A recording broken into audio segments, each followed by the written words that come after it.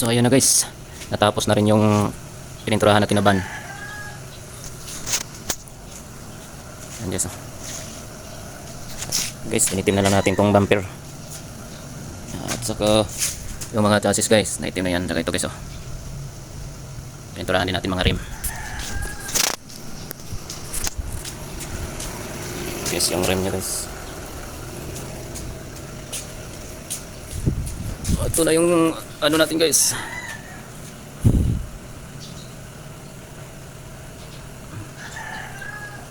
Yan ang ating natapos.